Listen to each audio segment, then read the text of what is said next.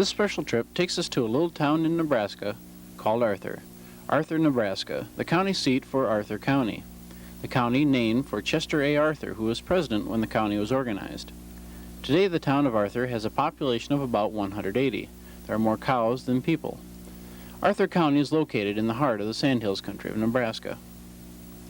This land was homesteaded by many people. Buffalo Bill Cody had a homestead shack in Arthur County, which the Arthur Historical Society moved into town. Congressman Moses P. Kincaid set up the Kincaid Act of 1904, which opened up 37 counties of northwest Nebraska to be settled. The difference between a homestead and a Kincaid was that each person would be given 640 acres instead of 160. 160 acres not being enough land to sustain a family, especially in the Sandhills. Some found 640 acres weren't enough. It takes 15 to 20 acres for each head of cattle. Each person, having lived and made improvements on the land for 5 years, received a patent. Between November 1910 and July 1917, a total of 18,919 patents were issued. The people that settled this land were of many different nationalities, one of the highest being the Czechs. They were, in fact, the second most populous immigrant group. Some 70,000 came to Nebraska between 1865 and 1900. Most of the Czechs came from a land called Bohemia. These people were well educated, especially in the arts. One thing you could always be sure of, there was plenty of music in the Bohemian communities. Homesteading was not easy in this sandy country. Many found that the plow was not welcome by this loose soil. The wind would blow it away. In wet years, crops grew much better, but without good irrigation, they found that cattle was the easiest thing to raise. Lush green hills of grama grass provide pasture and grazing. 18,000 square miles of sand hills, the hills rising 25 to 100 feet higher than the valleys below. The hills made up of dune and Valentine sand, which is windblown sand made from the disintegration of sandstone. There are 500 million acres of groundwater pumped by the hundreds of windmills scattered across the hills, providing the much-needed water for the cattle. You'll find the green hillsides dotted with cattle and soapweeds, better known as yucca. There are quite a number of different wildflowers also. The land is open and airy, and you can climb to the top of a hill and look for miles onto other hills and valleys uninterrupted. The people of this land are God-loving people. There are 3 different churches in the tiny community of Arthur. One of these churches is a national landmark. This church is made of baled hay. The baled hay is laid like bricks, with the walls being 2.5 feet thick, then stucco applied over that. This church was in use until 1976. Not many of the original homesteaders are still around to talk about the old days, but we found one.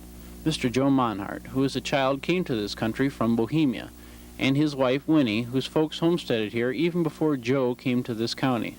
We found Joe and Winnie living in town in a baled hay house.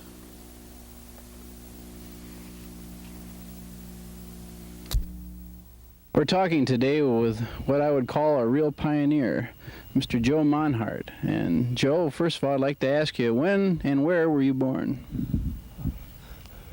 That's okay, I'll just hold it. I was born in old country, Bohemia, Austria-Hungary at the time, in 1892, the year Columbus discovered America.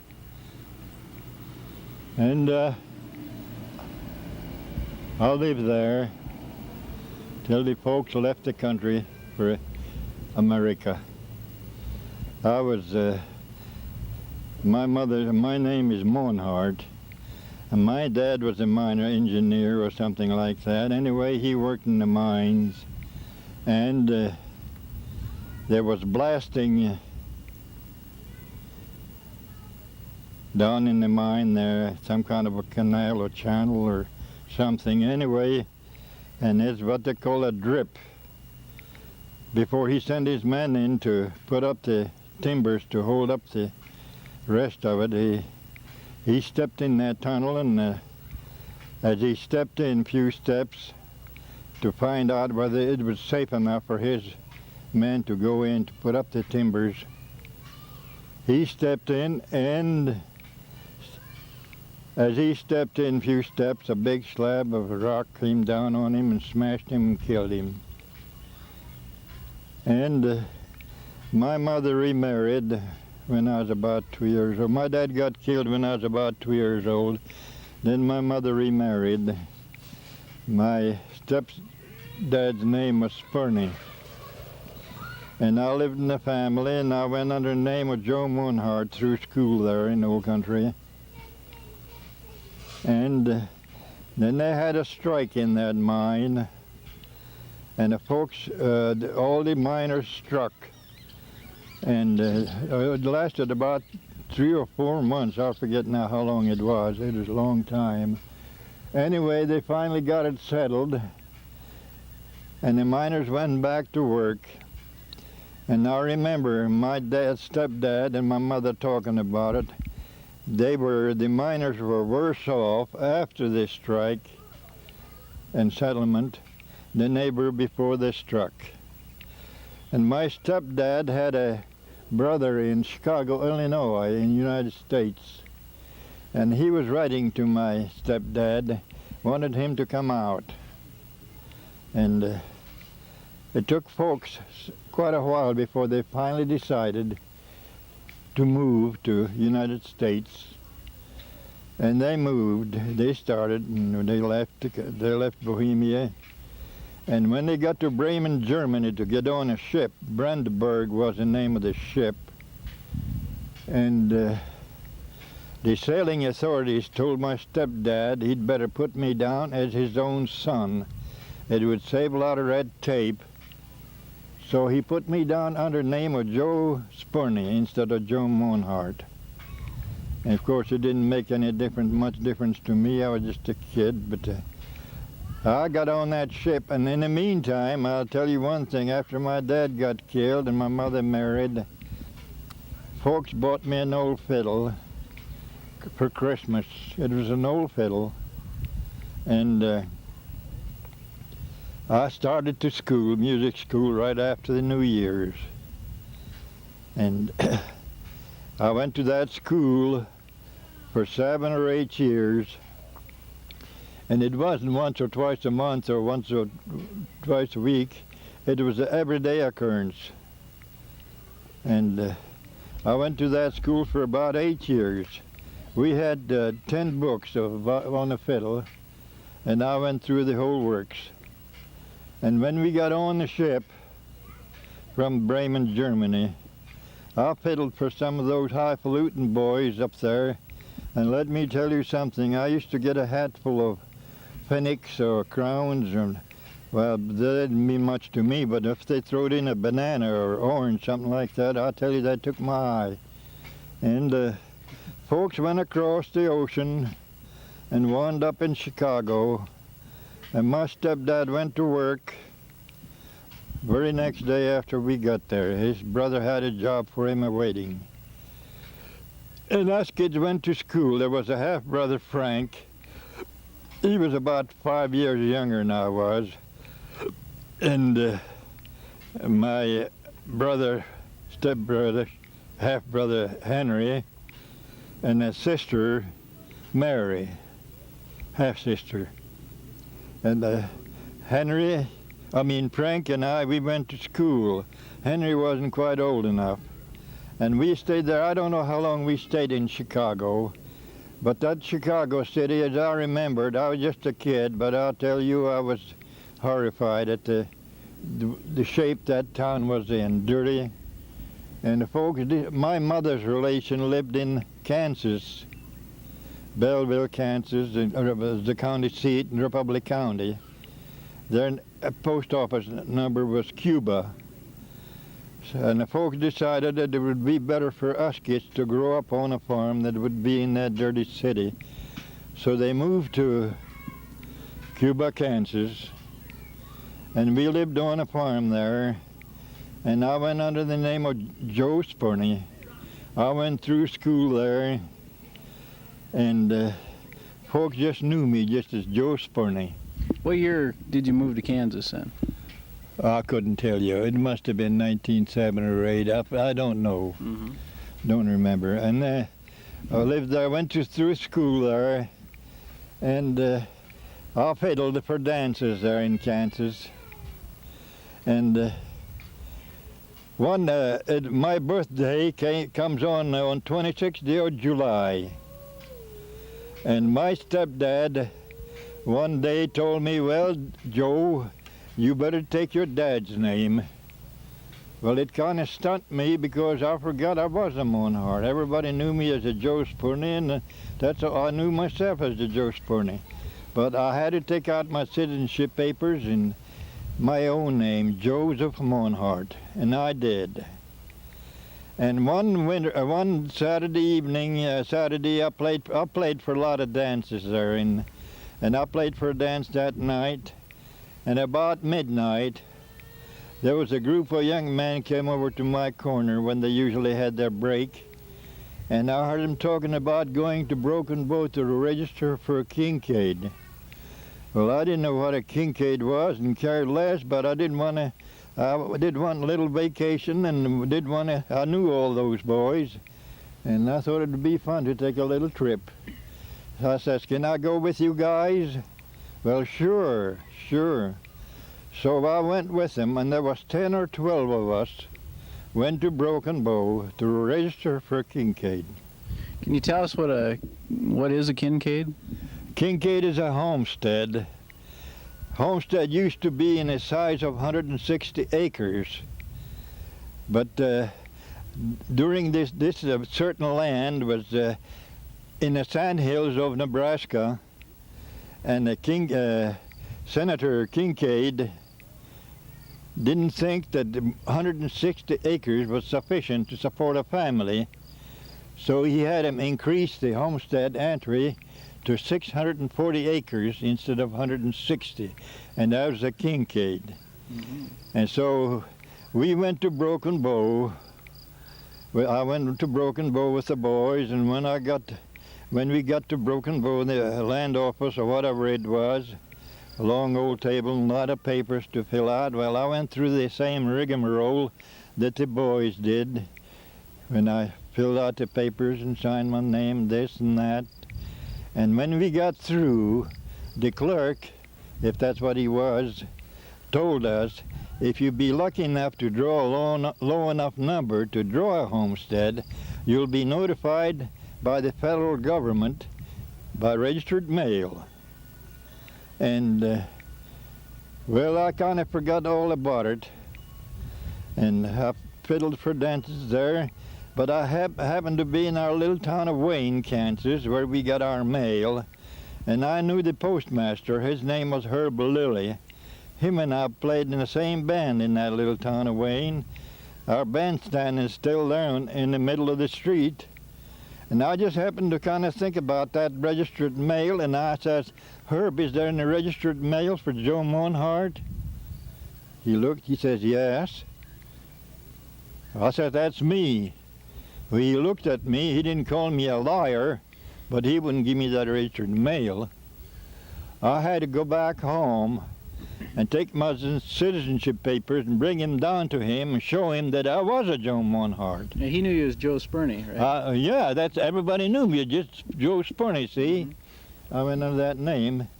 And when he seen my citizenship papers, then he gave me that registered mail, and I draw the low enough number to draw on Homestead or Kincaid. And when the people found out that I drawed one, I was the only one out of that dozen, or 10 or 12 or whatever, I forget now how many of us there was. I was the only one got a low enough number. When the people there found out that I had drawn a homestead, they wanted to buy a relinquishment. Well, I didn't know what a relinquishment meant, but I knew it had something to do with my homestead. I said, nothing doing, I'm going to keep it. And then I played for a dance one Saturday night after that, and there was an old Indian, George Marley they called him, and he came over to my corner. He was a drunkard, but he came over to my corner and he said, Joe, I heard you was going up in the sandhills in Nebraska. I wouldn't go up in that godforsaken country, nothing but a rattlesnake and soapweeds. Well, I didn't know what a really soapweed was. I knew what a rattlesnake was. But I didn't say a word. I just And I went up there to, when I went up there to pick out my homestead, I took a train from Kearney to, or from North Platte to, from Kearney to North Platte, that was it. And I got there on a Saturday, and I had to lay over Sunday because there was no train on that branch line to Bridgeport, then to Alliance, then to Hyannis. And there was an old Japanese restaurant from the depot in North Platte, and I waited there over Sunday, and that night, that Sunday day, I sat there all day, and there was an elderly man come to where I sat, and he got to talking to me, and he wanted to know what I was doing, where I was going, and I told him. Well, he says, when you get through up there, if you stop at Melmar, and if you need a job, you can stop in, I'll give you a job. His name was Herman Fairchild. He was a big operator there at Belmar, Nebraska, cattleman. And so I went up to the ranch with him then. I went up to the Bridgeport, then to Alliance, then down to Hyannis, and I picked out my homestead.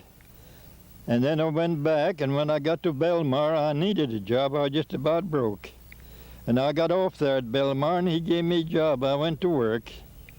Then about 4 or 5 days, I had to go to North Platte to certify some more papers in regards to my homestead.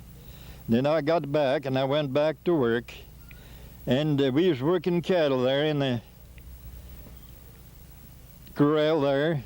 He had a big barn and a lot of corrals there, and his house was a 2 or 3 story house. And it was a kind of a warm day, and I was kind of soft anyway, and that sun beat in that corral, and I want a drink of water, awful bad. And he had an old Eclipse windmill in that corral in a great big tank, and every time that old windmill went around, that water came out of that spout there, and I looked at it, just pure. Old Herman came over there, and he hollered at us boys. He said, if you boys want a drink of water, don't drink that water out of that windmill there. Come down to the house to get a drink of water. But he didn't tell us why we shouldn't drink that water. Well, he left, and I got pretty dry, and I've seen that windmill go around, and I went over there, and I seen that water come out of that spot just as pure and clear as any water I've seen. And I stuck my nose under that spot. I tasted that water, and tasted just as sweet as it could be. And I took a good big drink of it.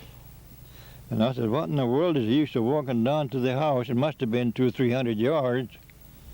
I took a good big drink of it, and I forgot about it. About 3 days after that, we was working some more cattle down on the river bottom, and all at once I got awfulest pain in my stomach, in my innards.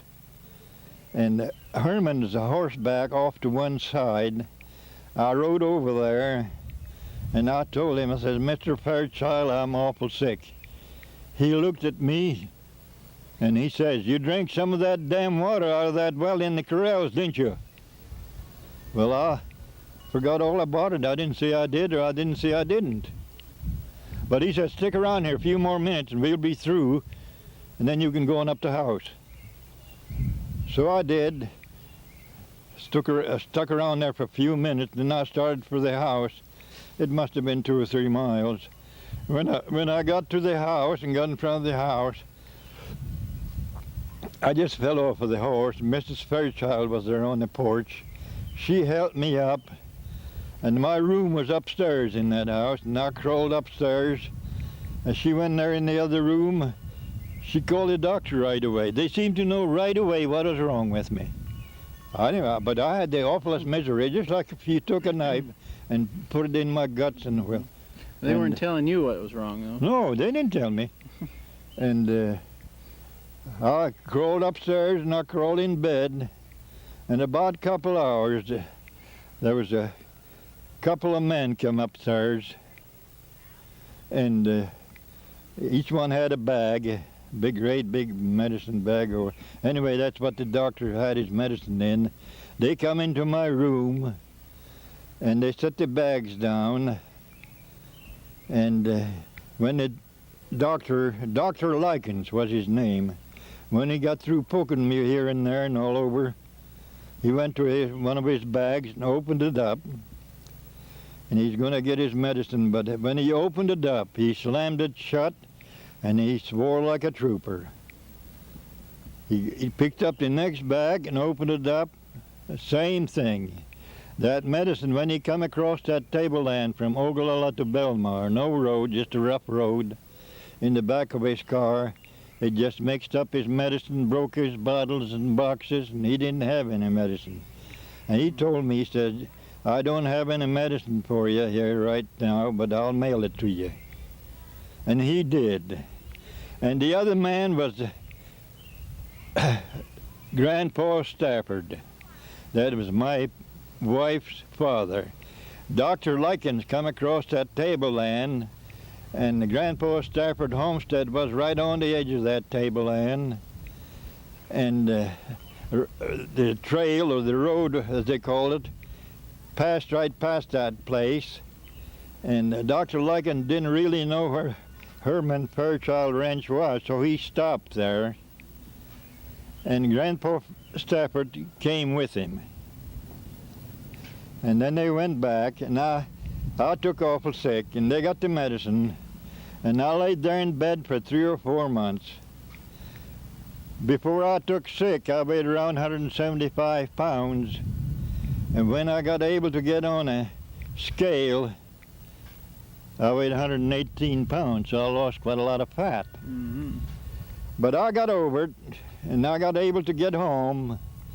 Then I fixed up my old covered wagon, and fixed it up, filled it up with horse feed, and Mother fixed it up for feed for me, bread and stuff. And when I started out one morning, it wasn't very early, I started out on my trip across state of Nebraska. My mother says, Joe, if you can't go to your own church, go to any church on Sunday mornings. And I did. And I started on that trip. And the first day trip I made, I don't know how far I went. I couldn't have made over 20, 30 miles, I guess. And I stopped. I watered my team there about a half a mile before I stopped. Watered my team. That's all I needed. I had everything else, but I had to water my team, and I drove on up. And that night, one of these early spring blizzards hit. The wind blew, and my team was used to warm barn, and they got kind of noisy, and they jerked that old wagon around. I thought, I stopped the wrong place to. I faced north, and the wind come from the north. If I'd just a little few hundred yards before I stopped, there was a hedgerow windbreak. If I'd have stopped there, maybe I wouldn't have had that trouble. But I did there, and that old team just jerked that wagon around, and I thought they was going to upset it.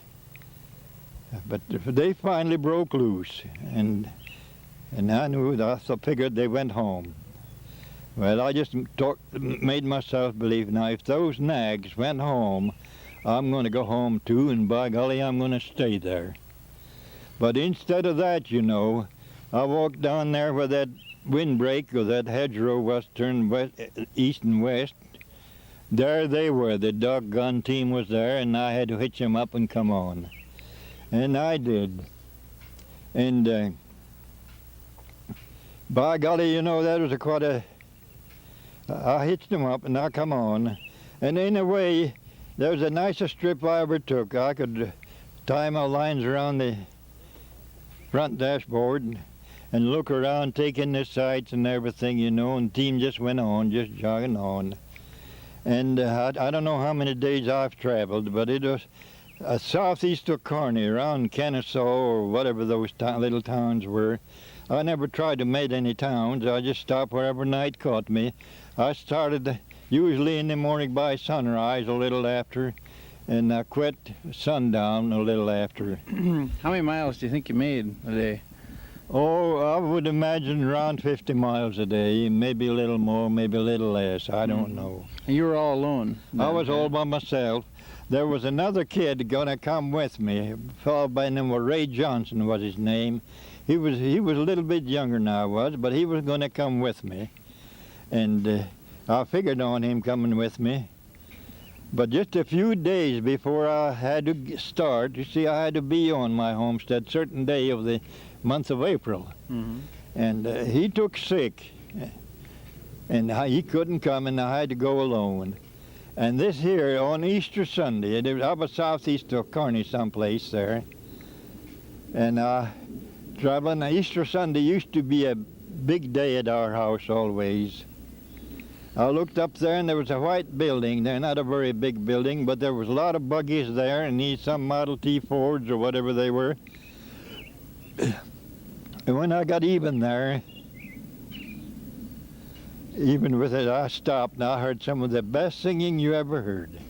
And I stopped and listened, and I tell you, there was tears come out of my eyes, because Easter Sunday was well, it brought memories, brought back my home, and there I was all by myself.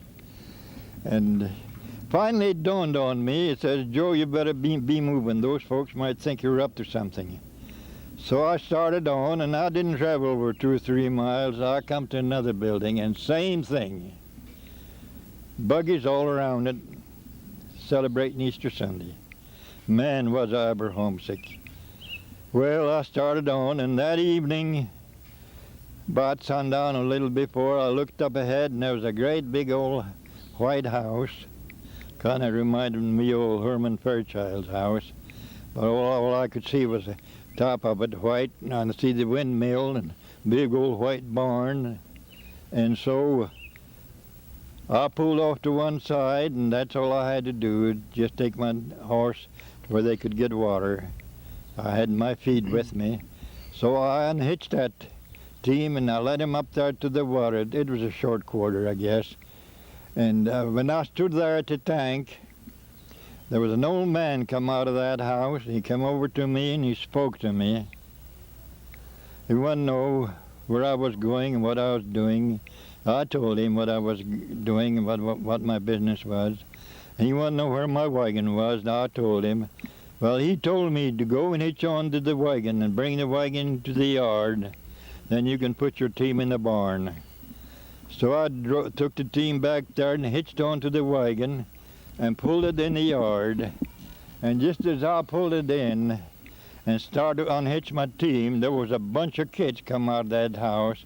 Easter Sunday must have been a big Sunday at his house, because there was kids, his kids, and their kids' kids. He had a house full. After I got unhitched my team, and just as I was just about through, one of the kids come out of that covered wagon. They went through my wagon like a bunch of pack rats. One of the kids hollered, "Mister, can you play this?" I looked back, and I seen he had my fiddle case. Is that your fiddle down there? Is that the same one? No. And I nodded my head, and that's all he wanted to know. They went on to the house. And man, they had a great big supper. It's a big Sunday, Easter Sunday at this house. And they fed me. And after they had their supper and they had their dishes done, they went into the other room, and they had an old organ there. And I played on the fiddle, and well, there was a lady on the organ, and the rest of them sang. And we fiddled and sang till midnight. About midnight. When we finally got through singing, those kids are all over the floor. You couldn't hardly walk around there. Kids sleep all over the floor. But I got out of there, and the old man offered me a bed in the house, but I told him I had a bed in the wagon. And so I went and slept in the wagon, and the rest of them went home, I guess. And then the next morning they fed me again. And when I was hitching up, I asked the old man how much I owed him. He told me, he said, "Boy, you better keep it. You might need it." He was a German. I could tell the way he spoke. He was foreign German. Then from then I came to the Platte River, the old wooden bridge, and then that turns out, when you see a rig coming up towards you, and you're close to one of those turns out, it's good for you if you take a turn out and wait till that guy comes past. Mm-hmm. And I had to do that twice before I got across. Then I got across, and Lincoln Highway, as they call it now, ended there.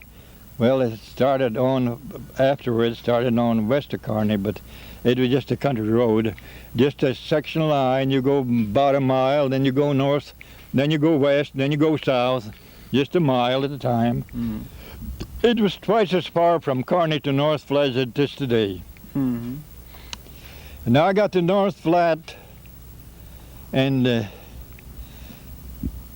just before I got to North Platte, I met a couple of boys. Millers was their name. One of those boys homesteaded up there in Arthur County too, and they was going up there. And we got to talking together. We traveled together. Then we got through North Platte and passed. We got on the north side of the river and passed that creek up there. I forget now what the name of it was. It's a big creek. And we traveled on together till we got to Arthur County. Then I went up to my homestead. And how much longer you want me to? Yeah, you can quit right now. Okay, I'm quitting. And I got on my homestead there. We found their homestead first. And I unhooked my team. I had my team there. And I straddled one of my horses. And I figured out by the map about just about where my homestead was, and I found it. So the next day I hitched onto my wagon, went over there and got my own homestead. In April, I think it was April 14th or 15th when I landed on my homestead. in what year? 1914. 1914. Yeah. Okay.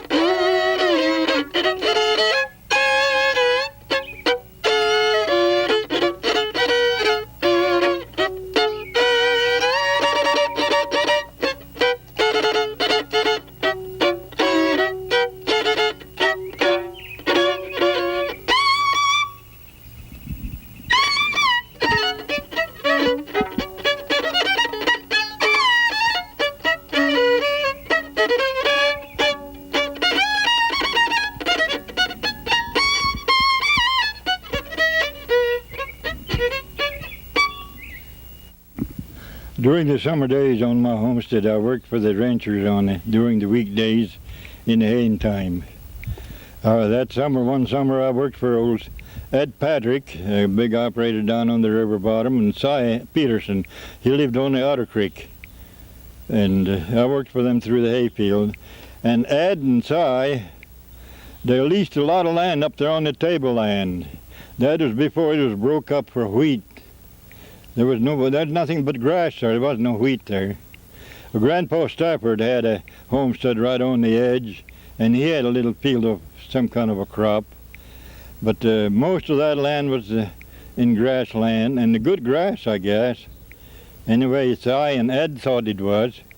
And so they leased a lot of that land from the federal government, I guess. And I was one of the hay crew. And they leased it, and then we hauled the machinery. We crossed the North Platte River down there. We started somewhere north. Charlie Samuelson lived on the south side, and we started on the north side of the river somewhere there. And we pulled our sweeps and mowing machines and rakes and teams, horses, and crossed that river. We got across all right. Everything was just fine. We crossed the river with all them implements. And we got up there, and we was working in the hayfield, and we boarded at the Stafford Homestead. Oh, now old Grandma Stafford, she made us some of the best biscuits you ever tasted. She sure was a good cook. I remember the first morning we got up there. We lived in a tent, us boys did, there outside. And the first morning we went there for breakfast, and there was a big long table in the kitchen, and it was just piled up. Man, you couldn't, well, it just dawned on me. I said, where in the world, what's going to become of all that grub? Well, when those boys got through, that table was just as clean as well, you couldn't hardly believe it, that those kids could eat so much. Well, of course, I didn't eat very much. The rest of them did. And we worked there, and, you know, Winnie, that was my wife's name, had a sister, Bessie. She had a brother, Wilbur. And she had a brother, Earl. They were all home. And I'll tell you right now, well, that Winnie, she wasn't very big, and I thought I could handle her, you know. And so I worked and rocked there. We got there, and we worked there, and by golly, we went together. And I remember afterward, I was working for Ed yet. One Sunday afternoon, well, that Sunday morning, they had me play at the Presbyterian Church down there at Lemoyne, Nebraska, and we was kind of late.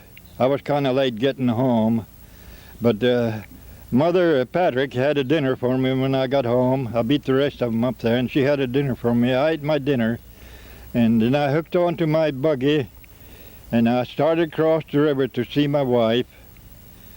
And by golly, I got down in the river. I got out there about 300 yards into that river, and my team hit the water all at once. And by jinks, well, I heard that when the horse hits quicksand, you know, he'll lay right down. So I knew I was all dressed up and had nowhere to go. And there was my team laying down in the water. It wasn't very deep. And I wondered what in the world I was going to do. I was all dressed up. So the only thing I could do, I stepped out of my tow buggy, unhitched the tugs, and give each one of the horses a kick, and they struggled and they got up. So I straddled one of them, but my buggy was there, stranded in the river, but I straddled one of those horses, and I went back to the ranch. And I drove up there, and just as I passed the house, I guess that Patrick seen me a-coming, and he stepped outdoors, and just about that time they had a preacher there from the same church where I played. He stepped out there too, and Ed Patrick wanted to know what was wrong, and I told him, I said, my horses hit the quicksand and they went down, and I had to leave my buggy. Well, the preacher says, let's go help get the boys' buggy out.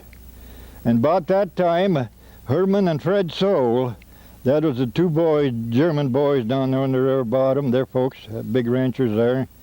And they had a car, whatever make it was, I don't remember. But anyway, the preacher talked them into notion to take Ed, and those two Soule boys and the preacher, they went down to get my buggy out. But I could cut across, but they had to follow the road. And when I got down there, the bank was kind of high where I stopped, and they had their pants rolled up, you know, and each one of them on a wheel, and they were just worked on that buggy, you know. And I don't know something tickled me, and I got to laughing, and I just couldn't stop laughing. Man, it just tickled. It's funny. And they finally got the buggy out, and they pulled it clear out. And when they got up there on the bank where I was, those two soul boys was going to throw me in the river. They was mad because I laughed at them. And the preacher saved my life again there that time. He said, boys, don't do that. He's all dressed up. Don't do that. So they pulled out the buggy there, and I had to hitch my team back on the buggy, and I had to go clear on by Belmar over the wooden bridge there, and went up there. It's about 12 miles farther, or 14. But I got there, and I met my wife there, and I thought she could make those biscuits like her mother, but she can't, you know. No. And we fooled around together till following spring then. And then we finally traveled down to North Platte, and we got married. Then we traveled back up onto my kingdom up in the hills. And you know, she didn't like my castle like I showed you on that picture, you know. She had me build a house. What do you know about that? So I built a house, 14 by 24. Broke me out of this. And then we lived there, and we lived there. And I fiddled for dances. I'll tell you, that old fiddle of mine paid for a good many sacks of flowers and bought a good many kids' shoes. But we lived there till we got to 1930 in Depression, when the Depression hit. Our kids was big enough to go to high school. Some of them already did go to high school, and there was one or two more that go that year. And we didn't have any money to pay for the board or buy gas for the automobile. Election was coming up, and I told wife, I says, I'm going to run for an election. I'm going to run for an office, and if I get elected, we'll move to town and we can send the kids to school then. And in the meantime, there was an elderly couple in Arthur that run a sort of a eating joint and sleeping joint, and they wanted to quit, and they wanted somebody to take it over, so she moved in and took it over with the kids. And by golly, I done some electioneering that fall, and I didn't think I would, but I did get elected, don't you know. And I stayed there for 36 years in that office, Arthur County. Now I'm back up here in the old baled hay house. The first house we bought when I moved to town in 1935, in the year 1st of January 1935. Wife was still down there at the eating joint, but we had to have a house for us to, so we bought this house, and we lived in it now for, well, close to 45 years, I guess, and we expect to spend the rest of our days in it. Thank you. Well, thank you. Let's ask Winnie a couple of questions here and find out a little bit about her history. And were you born here in Nebraska? I was born in David City, Nebraska, in Butler County. How far from here is that? Oh, 300 miles, I think. So was I'd expect. Yeah. And my folks, my father took a homestead around Scotts Bluff, 160 acres. And we started with 3 covered wagons, 2 covered wagons, and a spring wagon with tents and paraphernalia to go up there to the homestead. And we stopped in Perkins County to visit Bill Stevens' family. He was a distant cousin of my father's. And he told us we'd starve to death up there. So we stayed, and then we settled in Ogallala that winter. And then we moved on to a place, and my father bought a place on the river. But he found out about a homestead, a Kincaid, up part on the tableland, part in the hills. And we moved up there, and that's where I met Joe. He said you didn't like his castle that he had there. How long did you have to live in that castle before he built you your house? I stayed there about 3 nights. She graduated from Arthur County from Ogallala High School in 1916, and she hitched me in June in 1916.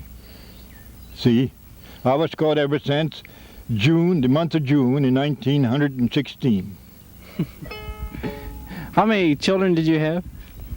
We had 5. There was Betty, Betty, oldest, and Billy and Bonnie were Were twins, and Lucille and Francis.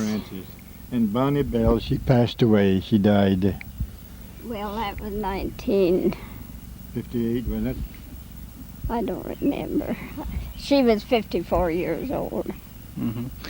I imagine a day at that time would have been pretty long for you, as well as the men in the house, and I'm sure the women probably had to take a back seat in that role, but from what I hear, you're the boss around here, is that right? You bet I am. Okay. We never had very much bossing done. We just traveled along. Just stayed together. Well, yeah, we stayed together now for 63 years. Starting our 54th. Yeah, we're starting on our 54. Okay. You want to play us a little more? Swing 'em on the corner, left hand around.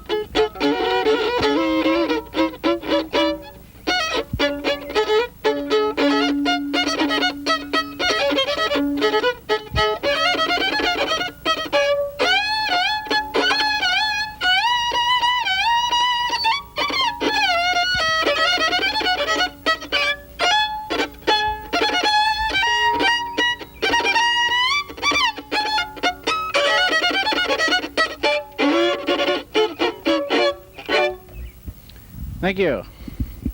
Say, could you I'll play one more. Okay. It's Bohem with you, Julie. Shall I play it? A song my mother used to sing when I was a kid over in old country, and I played it on the fiddle.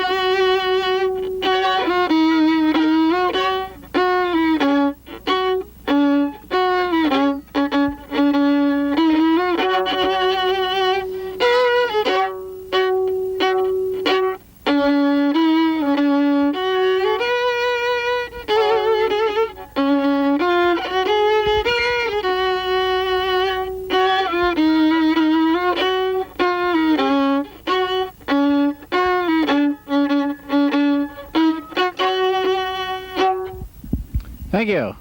You're totally welcome, I assure you. There's one more thing I'd like to ask you. Could you tell us a little bit about this little fiddle down here?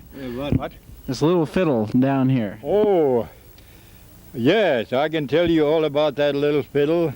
I'll tell you, it's a beautiful piece of work. Here, hold this with me, will you, Ma? The fella in Montrose, Colorado made it. And Montrose, Colorado. Wise folks lived in Montrose, Colorado. And when they were still alive, we went over there to see them ever so often. And this fella that made his little violin, he neighbored with him, and he didn't live very far from him. And I guess that's where he learned that I fiddled. So next time, next time he was there and he knew he was there, he came over and he asked me to go with him to his place. And I did. And you know, I got quite a surprise when I got there. His house wasn't very big, but his woodwork was just like embroidery. And inside of his little room, there's fiddles hanging all around the wall, on the wall there. And I tuned them up and played on them. And he gave me this little fiddle he made. It is made in 1951, I believe. I believe about 1951. And he gave it to me. And I wouldn't take a farm in Texas for that. Now listen to it.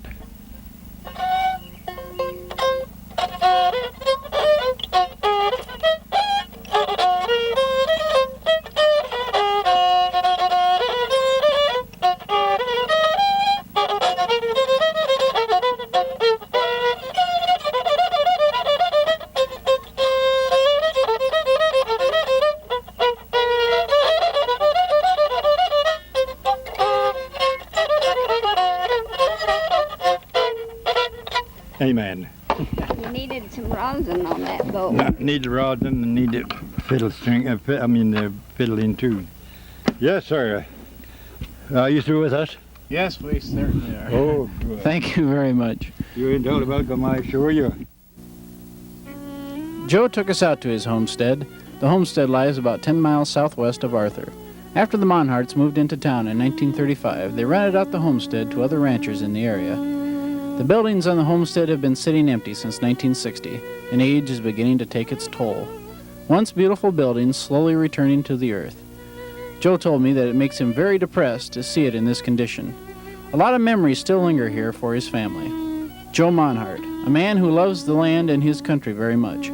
Joe became a citizen in 1920, and I can safely say that there are few better citizens anywhere. I am glad to have met and known the Monharts. To have learned their history and shared their company has been a pleasure.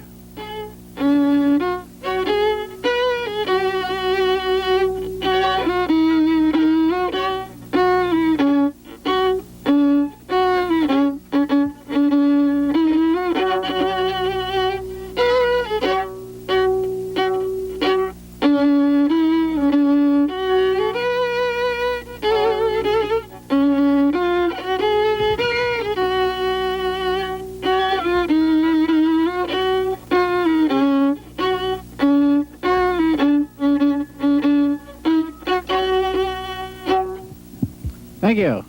You're totally welcome, I assure you. Oh, we press till let's see. Viva las mami la veselishi. Oh, we veselishi. All at see, holka bleda. All at see, holka bleda. Значит, сердечко виспаднеда, ах, о, виспаднеда. Go away, go away.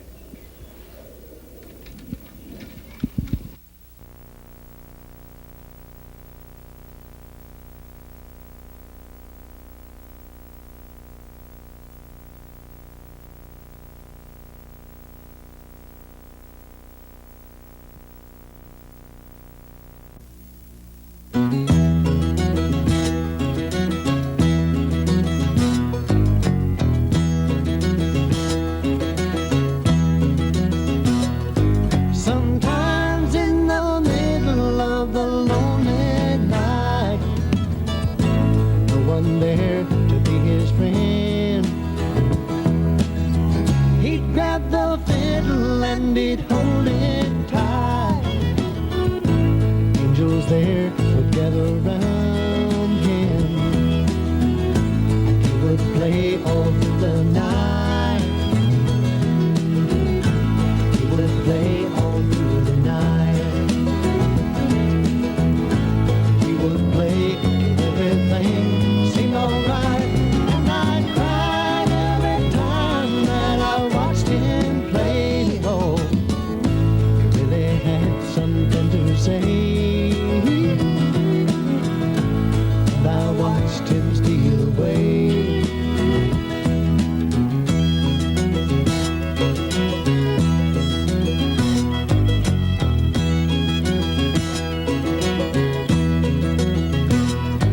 He built himself a cabin at the foot of a hill. He never knew the city street. He never had much money, never needed a will. All they had was one old fiddle, and they passed it